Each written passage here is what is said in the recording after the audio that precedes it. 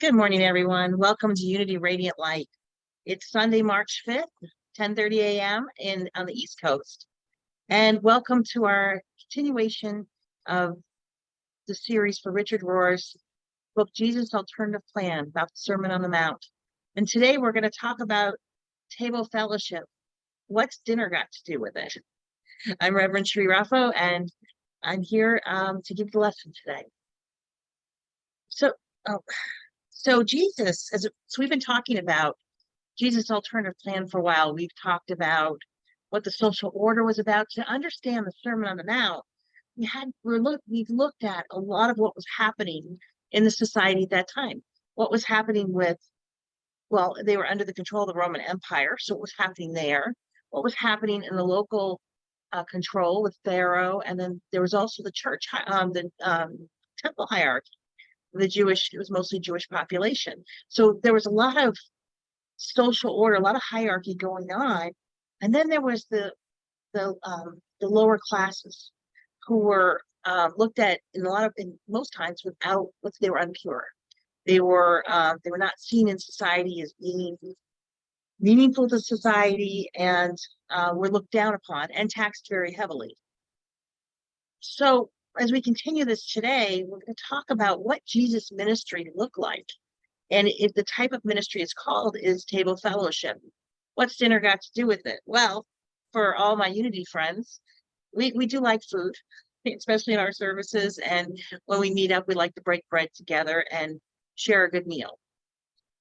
And so when we look at Jesus, the way that Jesus was teaching, we're going to take a close look at that.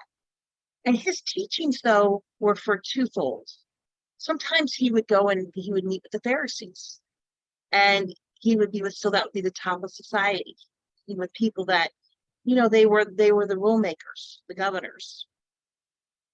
But he also, he said to them, when he did talk to them about giving up power and coming down from that order. And to the poor, who he spent most of his time with, he would say, rise up, embrace this inner power that we have.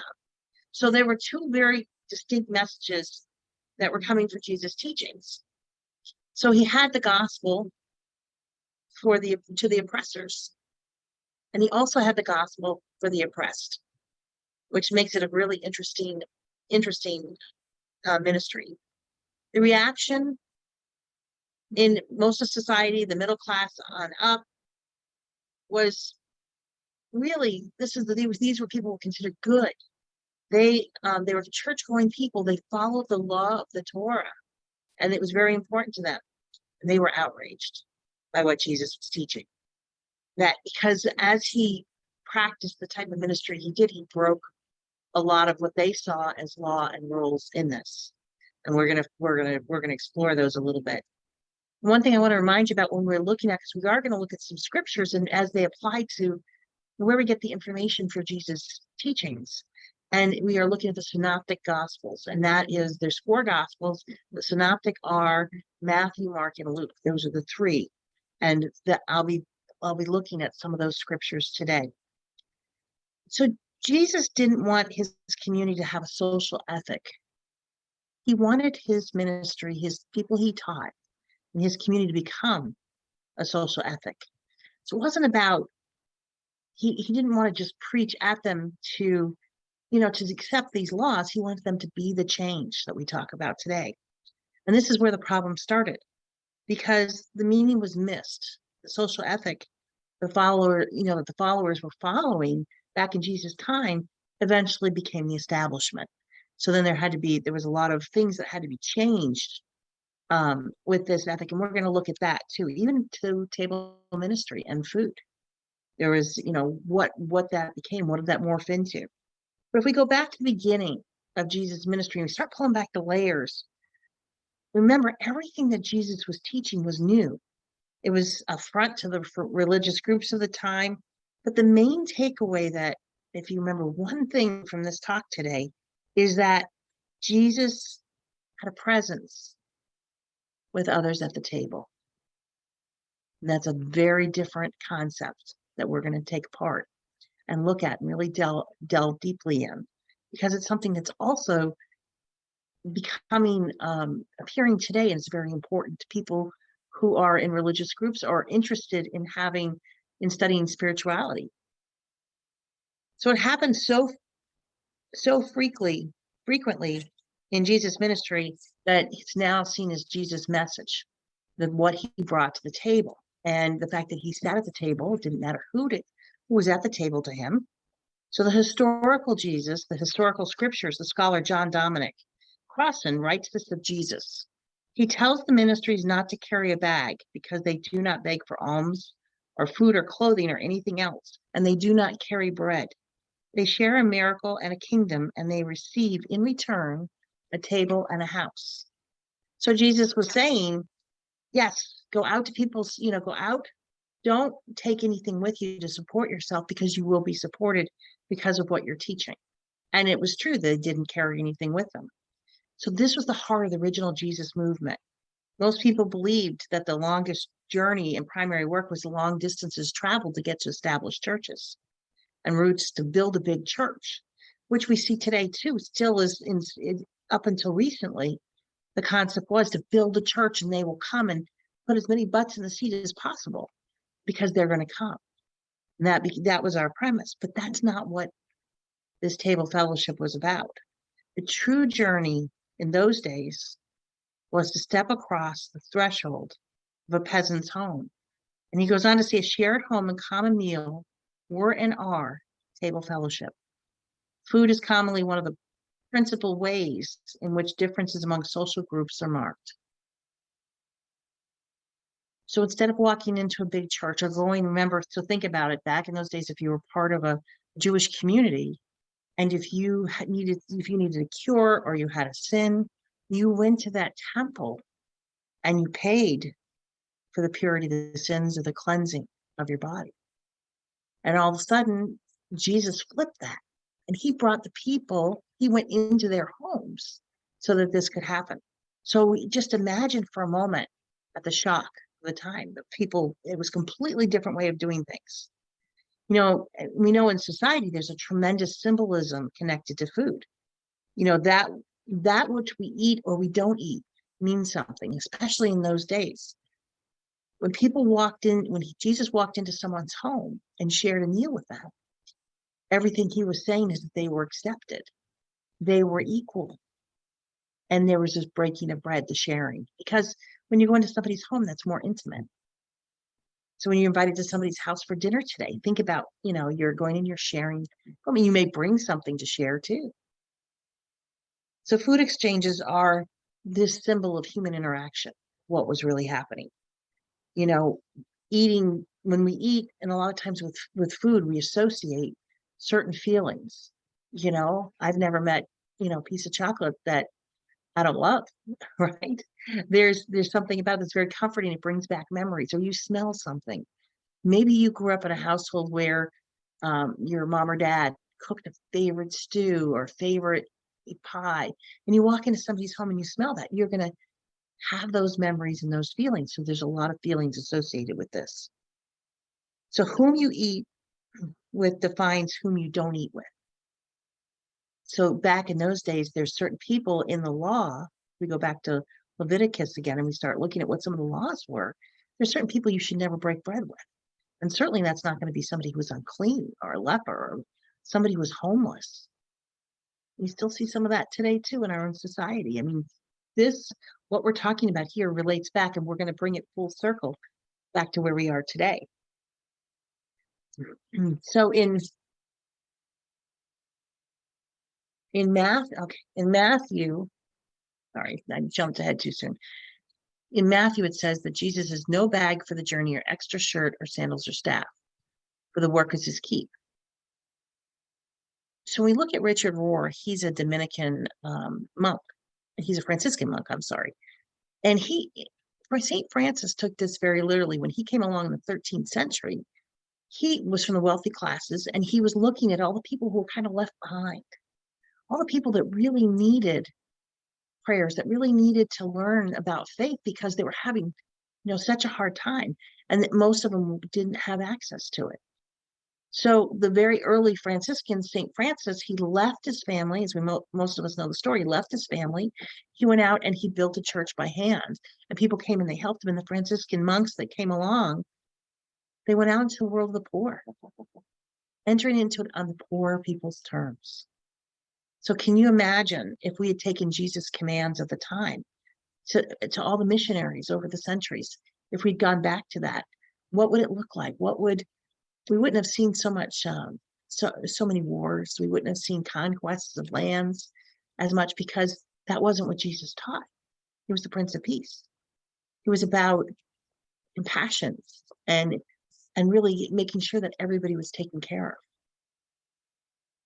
So St. Francis, when we look at him too later on, he understood this. In fact, when he had his robes on, he used to tie it with a rope. And the reason he did that, because belt back in those days was a wallet. And that's how people showed that they were carrying something of value with them. The rope showed that he didn't do this. He didn't have any money. He didn't do this, as a person looking for money, but that he was out walking in the communities. He was coming to them. And we see the table fellowship there. Table fellowship, when we think about that, think about a moment about when you share a meal with somebody. When, we get together, when we're in person, we get together for a potluck afterwards and we share food. And that is about trust. That's about trust with people that you're meeting with. Friendships are built. Very different from having to go to the temple. And I'm not putting down any religion, I never will, but very different from going to a temple and paying to being cleansed of an illness, or paying for your sins to be removed, or breaking the laws. What Jesus was bringing was a very intimate type of faith. When we sit down at the table, we sit side by side as equals, and we eat together. Once again, very intimate. So this radically changed the social relationships and what became the Christian movement, because it came from that perspective, from Jesus' perspective. One of the things that happens when people share meals and table fellowship is the unification. They will talk through things. They'll arrive at peace more often. They'll join together. They will have more of an understanding of a person's point of view, because we're sitting in that setting. So once Jesus established this ministry around the table, Christianity was really born at that time. And even though we didn't always stick to what he taught, during those times, Christianity was born because it was different. It was a different way to approach it. And I don't think that when Jesus was crucified, he thought of himself as anything but a Jewish person, a good Jewish person, rabbi. I don't think he thought in terms of starting another faith system. He just wanted change. He wanted people to have more compassion. He wanted people to have more equality, to learn together, to share, because he was the Prince of Peace and he wanted ultimate peace. That was his goal. So later, when the church became the establishment, after the 3rd century, we talked about this, that some of the things that were adopted in the church was to get people to come into the church. And so if you look through the history of the Eucharist, taking communion, that was what happened. Table fellowship turned into communion in the church, breaking of the bread, drinking the wine. That was the symbolism that was brought into the church to get people to come into the church. At that point, though, because they weren't meeting in person and sharing a meal as much, some of that intimacy was lost.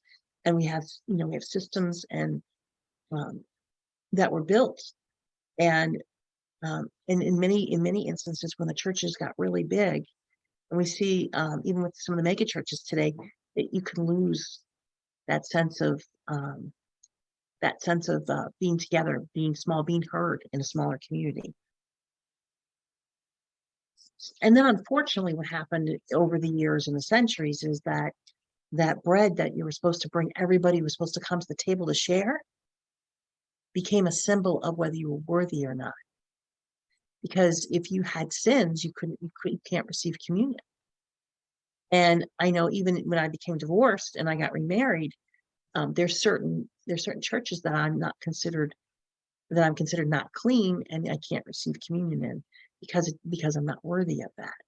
Now that I'm not putting anybody's faith system down once again, but here with the breaking of the bread, the table fellowship, which was supposed to be an intimate, wonderful experience, became something to determine whether a person is worthy or not worthy. This was the exact opposite of what Jesus' intentions were. He wanted equality. He wanted everybody at the table. Well, Richard Rohr, the author, says, second, it is strange and inconsistent that sins of marriage and sexuality seem to be the only ones that exclude people from the table, even when other sins like greed and hatefulness are more of a public scandal.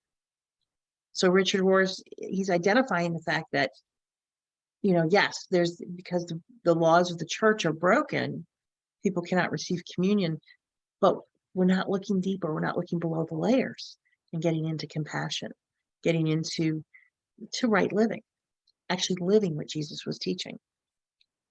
So what did his contemporaries, Jesus, what did he get accused? What was he accused of? What was the problem?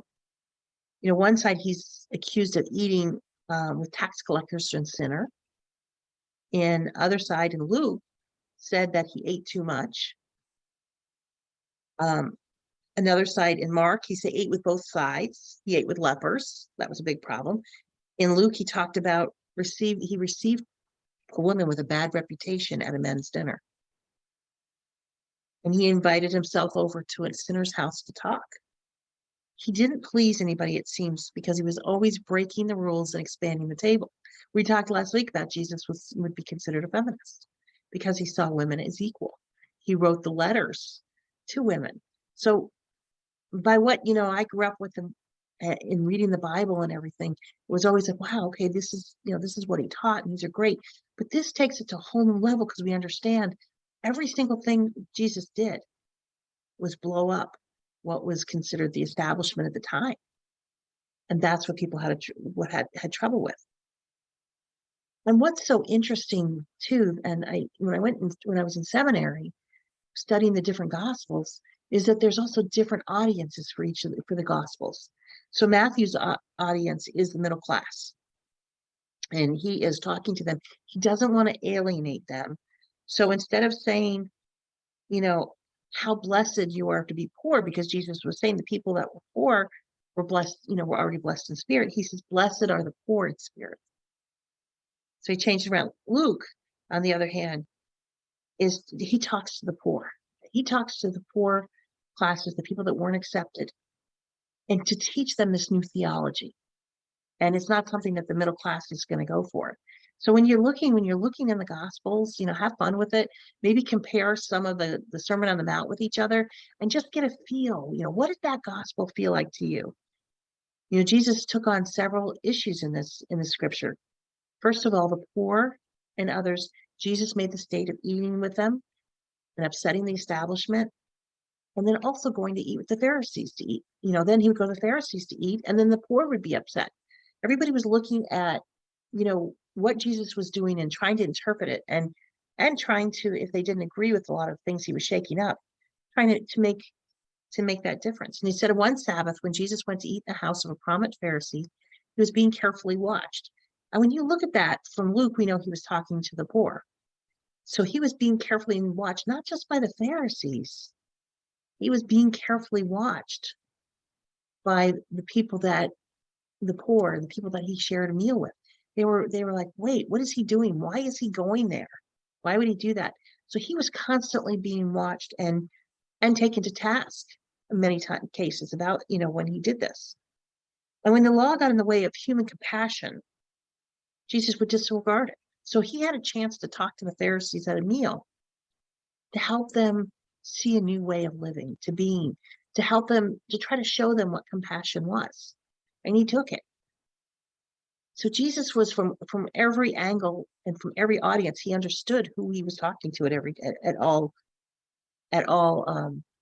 times.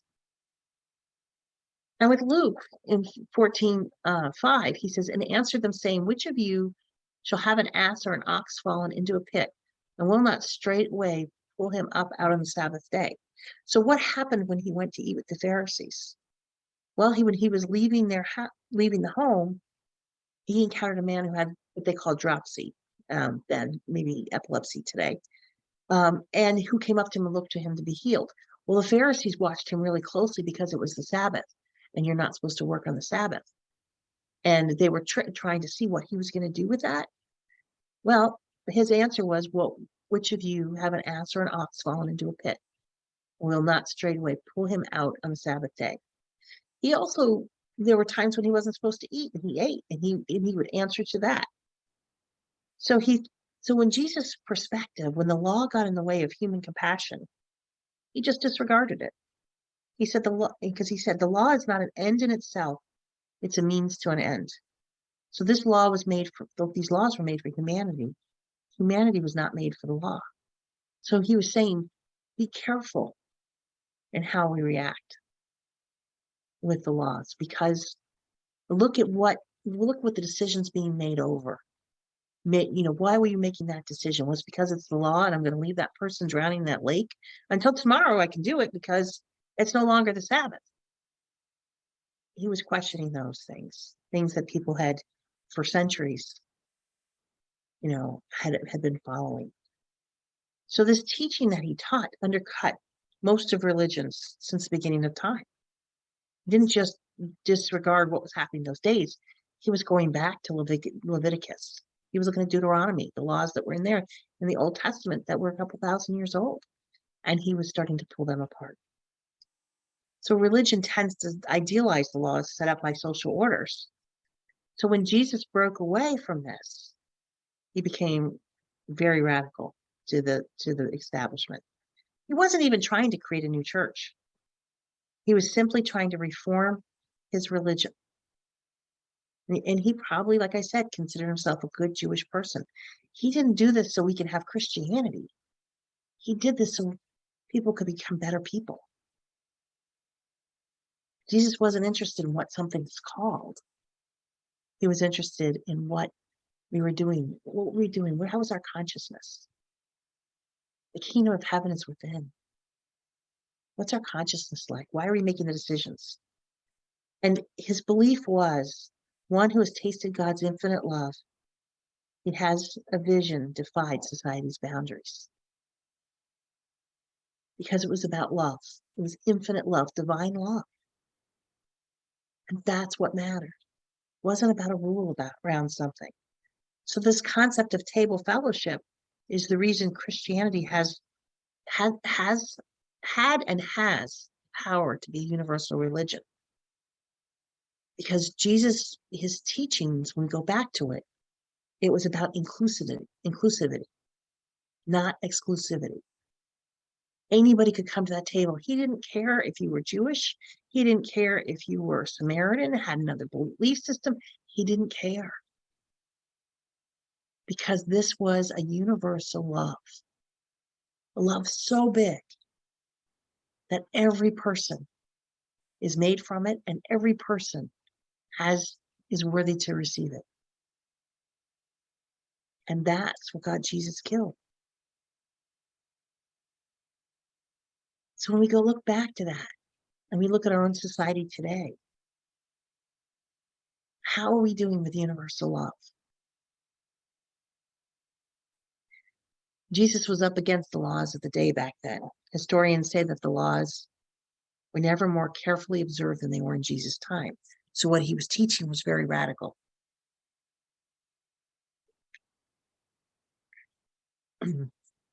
So the people that played a part in Jesus' death were not bad people.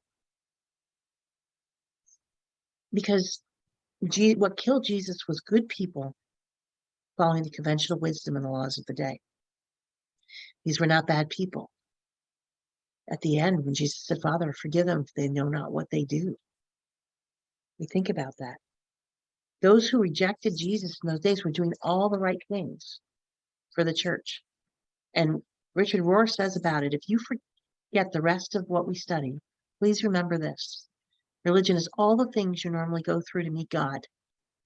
The gospel is the way you see and think after you have met God. The gospel is the effect of the God encounter. Religion, though, it often stirs desire and is the thing that happens, disguised way of avoiding the encounter. So in essence, Jesus is saying the religion is the invitation, and the gospel, the banquet. What you learn, what you take away from that is the banquet, the table fellowship, that love that comes from all of this, compassion for others that comes from all of this. That's it.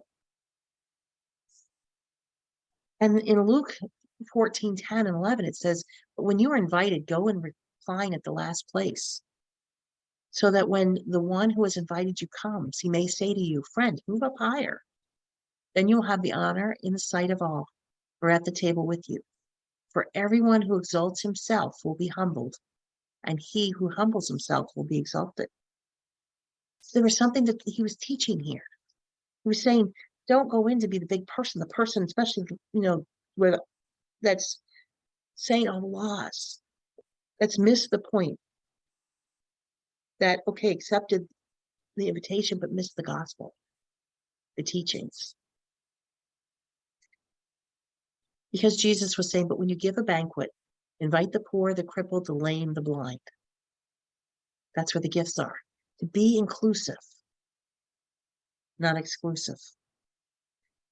So what happened with the establishment in a lot of churches is that it became this club of, oh yes, we're all good people and we're here and we're right and they're wrong. And that's not what Jesus intended. It was to be a universal thought system that included everybody, especially the people that needed the help. So this impacted the Jewish community in the purse, what Jesus was doing. Because first of all, he was telling them, you don't have to go to the temple and pay to have this. Come here, come into this home. Let's share a meal. Hey, and you can be healed from your consciousness. Your faith has made you whole. There's something else going on here. You have the power. You don't have to go through somebody to get it. So Jesus' fellowship, in table fellowship, was the gathering of the unsaved, people that really needed it. So the point of this is that the focus on the inner attitude instead of being preoccupied by the outer ritual. We have to go internal. But it's also important because he talks about having these banquets or pulling people together. He's not talking about private enlightenment. He's talking about have a community to share with, that you can break bread with. Everybody can share this together.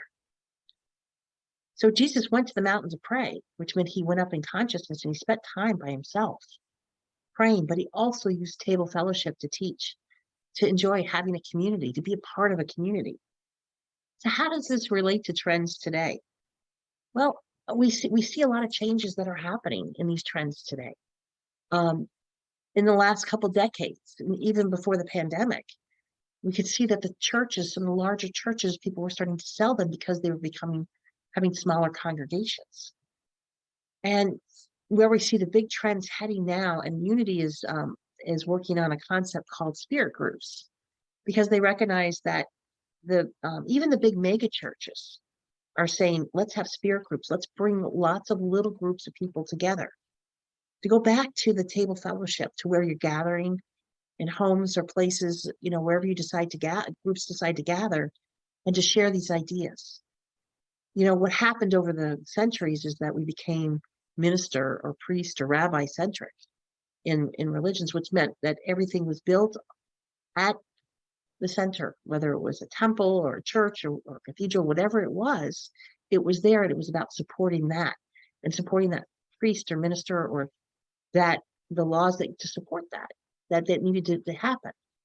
But that's not the way it is so much anymore. Yes, there are big groups, there's big cathedrals, but I do believe that we're seeing an end to that coming, and the pandemic didn't cause that. It just sped up the process.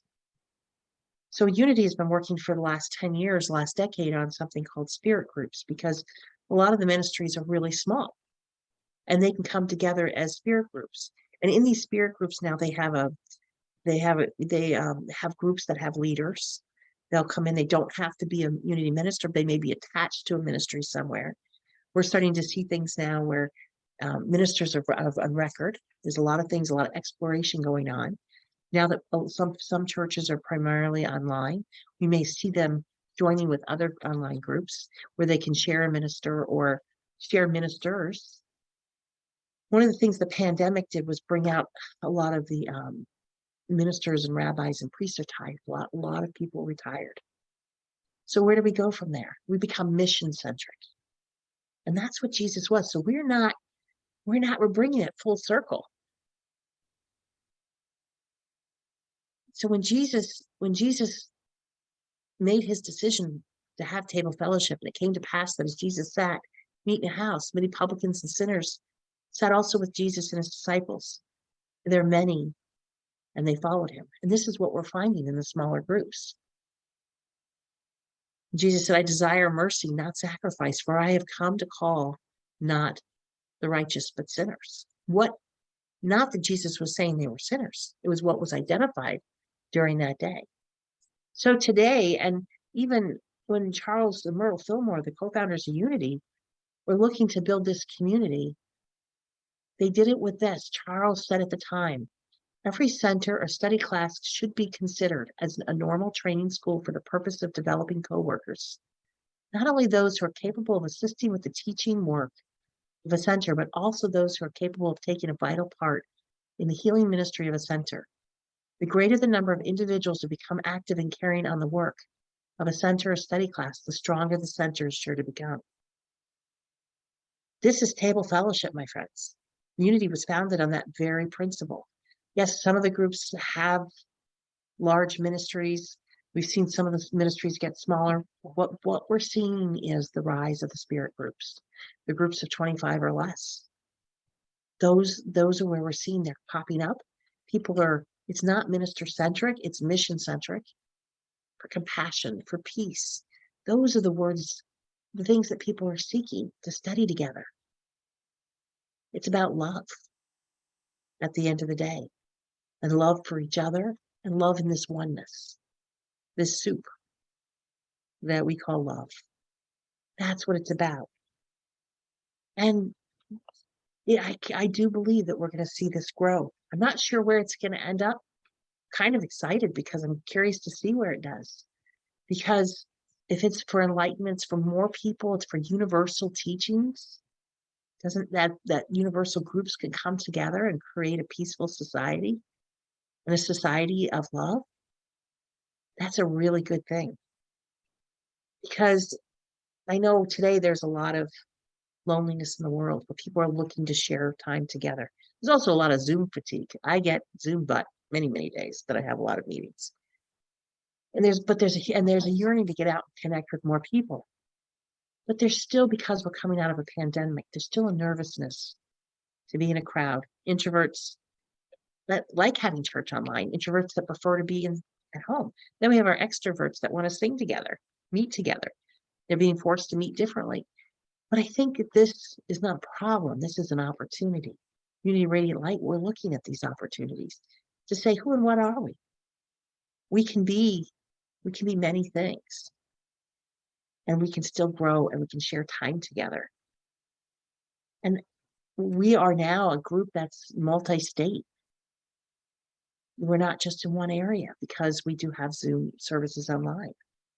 We're not going to go back to the way of doing things in the past. But we have to transform. And I think we are. And I think there's so many limitless possibilities in that. And if we come together as a group in table fellowship, where we're all at the table, we're enjoying each other's company, we're sharing, we're breaking the bread, we have a level of trust that it's only going to go to good places. With Jesus, table fellowship was the way that people met. Today we have other ways. The reason that it came out as a ministry at that time was because, yes, people were out, they were working with table fellowship, but then eventually it became part of the establishment. I think what we're seeing now, when people are spiritual and not religious, is the breakdown of the establishment in many cases. Some establishments will live. We'll see another day or another decade or whatever that's going to be. But if we look at what Jesus' true intention was, especially during this Lent season, and see it as opportunities, I think we can do amazing things and we can do it together. A mission-centric ministry, it moves the mission of the church. It's a mission that can change from ministry to ministry. It can be a ministry that, and within that ministry can serve the homeless, can serve. We have some unity ministries that are serving in prison ministries. Opportunities to share with people, to grow together, to have compassion. That's what this is. And this is the true teaching of Jesus. So let's recognize the needs that we have, come up with solutions together at the table. Let's not drop out of the noise of the world and center where we are. Let's do it together. And for that, I'm so thrilled to be on this journey with you. God bless you.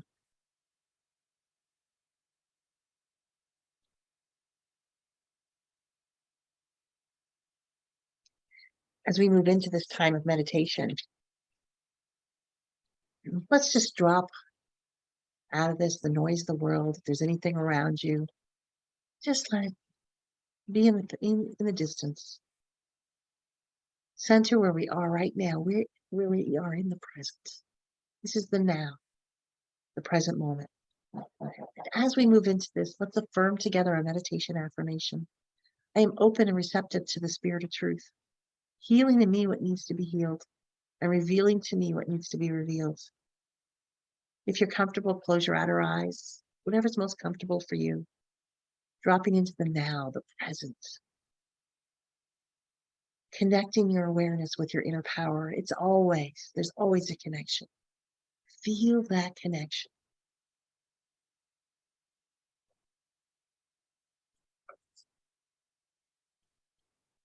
And as we take ourselves back during this time of meditation to table fellowship, we open our hearts. Our minds are very being, moving, feeling the heart center, knowing that this is a heart-centered approach. And understanding that what is ours to do, personally, collectively as a group, wherever you are. We ask that question. We feel the heart expand because this is a heart-centered approach. We release any and all blockage, resistance to this. So we breathe in on that. We breathe out all resistance very gently, all resistance. And we have within us the desire to serve humanity, to help all, to include all people, whatever walks of life, and join our energy, our collective consciousness to the group that are serving peace in the world, that are serving the homeless, that are serving survivors of earthquakes or floods, whatever fires is happening in an area. As we open our hearts in that collective consciousness, we just feel that love, we send that energy, and we open our hearts and our minds with the question as we drop into the silence, what is it for me to do?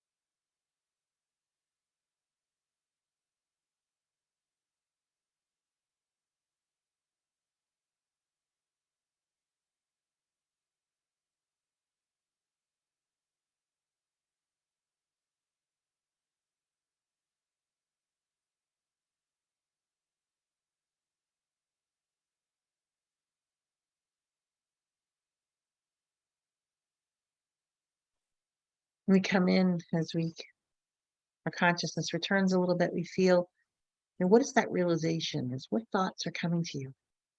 What makes your heart sing? What is that gift you have that you come here to share?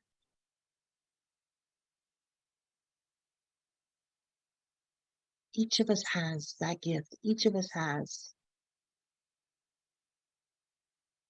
a path.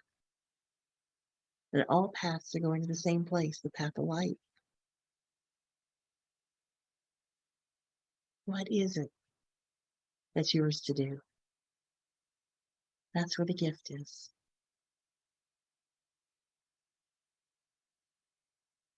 We hold this morning all of those who are asking for healing.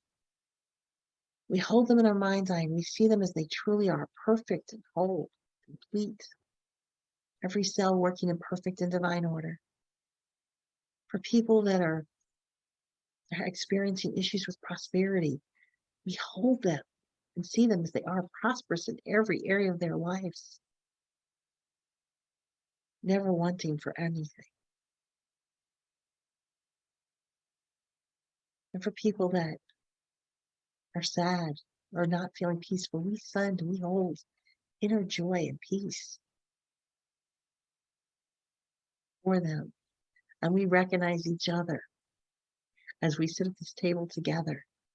We look across at each other, into each other's eyes, and know that we are each from the substance of love, here to experience God in different ways. And so grateful for Jesus, our way shower, who did what he did to come and break the establishment the way he did, to question things, not to be radical, but to open us up for a new, better way of living with hearts full of compassion and love. For that, we are so grateful. So it is.